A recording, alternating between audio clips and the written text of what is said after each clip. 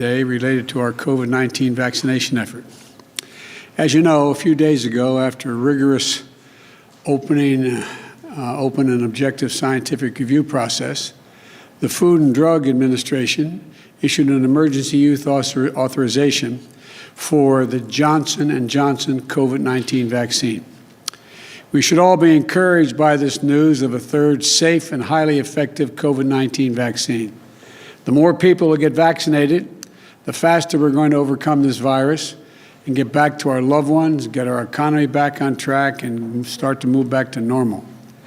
But that's one of my first goals in office when I got in office, was to say that there will be 100 million vaccination shots administered in my first 100 days in office. We've got halfway to that goal in 37 days, and I feel confident we'll make it all the way. As I've said, we have a long way to go, but as I said from the outset, we're going to use every resource of the federal government to make it happen. Among the things I learned when I came in office was that Johnson & Johnson was behind in manufacturing and production. While we had the potential of another highly effective vaccine to accompany the two existing vaccines, it simply wasn't coming fast enough. So my team has been hard at work to accelerate that effort. As I've always said, this is a wartime effort, and every action has been on the table, including putting together breakthrough approaches. And today, we're announcing a major step forward. Two of the largest healthcare and pharmaceutical companies in the world that are usually competitors are working together on the vaccine. Johnson & Johnson and Merck will work together to expand the production of Johnson & Johnson's vaccine. This is the type of collaboration between companies we saw in World War II. We also invoked the Defense Production Act to equip 2 Merck facilities to the standards necessary to safely manufacture the J&J vaccine. And with the urging and assistance of my administration, Johnson & Johnson is also taking additional new actions to safely accelerate vaccine production. Johnson & Johnson's vaccine manufacturing facilities will now begin to operate 24/7. In addition, we'll continue to use the Defense Production Act to expedite critical materials in vaccine production, such as equipment, machinery, and supplies. I've also asked the Department of Defense to provide daily logistical support to strengthen Johnson & Johnson's efforts. And I want to thank Johnson & Johnson and Merck for stepping up and being good corporate citizens during this national crisis. Here's what all this means. We're now on track to have enough vaccine supply for every adult in America by the end of May. Let me say that again. When we came into office, the prior administration had contracted for not nearly enough vaccine to cover adults in America. We rectified that. About 3 weeks ago, we were able to say that we'll have enough vaccine supply for adults by the end of July. And I'm pleased to announce today, as a consequence of the stepped-up process that I've ordered and just outlined, this country will have enough vaccine supply, I'll say it again, for every adult in America by the end of May. By the end of May. That's progress, important progress. But it's not enough to have the vaccine supply. We need vaccinators, people to put the shots in people's arms, millions of Americans' arms. To date, we brought back retired doctors and nurses. We deployed more than 1,500 federal medical personnel you usually see during national disasters from the Federal Emergency Management Agency, FEMA, and the Commissioned Health Corps at the Department of Health and Human Services and the Defense Department, including the National Guard, with thousands more to come. We're also increasing the places where people can get vaccinated.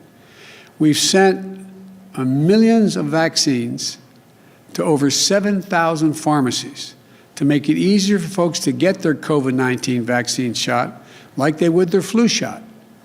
The federal government is also working with states to set up hundreds of mass vaccination centers in places like stadiums, community centers, parking lots that vaccinate thousands of people per day.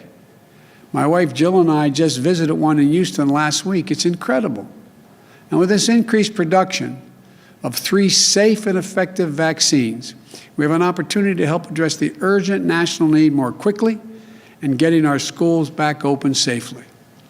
Right now, an entire generation of young people is on the brink of being set back a year or more in their learning. You can ask millions of parents, they understand. We're already seeing rising mental health concerns due in part to isolation. Educational disparities that have always existed grow wider each day that our schools remain closed and remote learning isn't the same for every student, as you all know. Our educators are doing everything they can to protect and educate our students despite the lack of resources and as districts face budget crises that risk education jobs. Moms and dads are exiting the workforce in astonishing numbers in order to care for and manage the school experience for their children at home, hindering their own opportunities and further undermining the health of our economy. This is a national imperative that we get our kids back into the classroom safely and as soon as possible. As you know, back in December, I set a goal for having a majority of our K-8 schools open by the end of my first 100 days as president. To achieve that goal, I sent the American Rescue Plan to Congress to provide vital help to make sure schools can open safely, reopen safely. Essential things like more teachers to reduce class sizes, more buses and bus drivers to transport our kids safely, and more space to conduct in-person instructions and more protective equipment, school cleaning services, physical alterations that reduce the risk of the spread of the virus, all cost money. The House passed the American Rescue Plan last week, and I hope the Senate will follow as quickly and as well.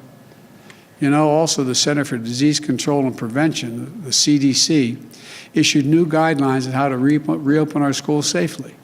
It's a roadmap that will enable schools, if they have the resources they deserve, to reopen safely. I have given those schools a roadmap. I've asked Congress to give them the tools, and today to add one more tool to school reopening, a vaccinated workforce. Let me be clear. We can reopen schools if the right steps are taken, even before employees are vaccinated. But time and again, we've heard from educators and parents that have anxieties about that. So as yet another move to help accelerate the safe reopening of our schools, let's treat in-person learning like an essential service that it is. And that means getting essential workers who provide that service, educators, school staff, child care workers, get them vaccinated immediately. They're essential workers. Over 30 states have already taken the step to prioritize educators for vaccination. And today, I'm using the full authority of the federal government. I'm directing every state to do the same. My challenge to all states, territories, and the District of Columbia is this. We want every educator, school staff member, child care worker to receive at least one shot by the end of the month of March.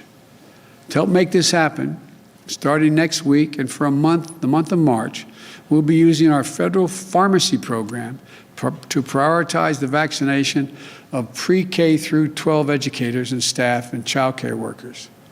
Throughout March, they will be able to sign up for an appointment at a pharmacy near them. Now, I want to be very clear.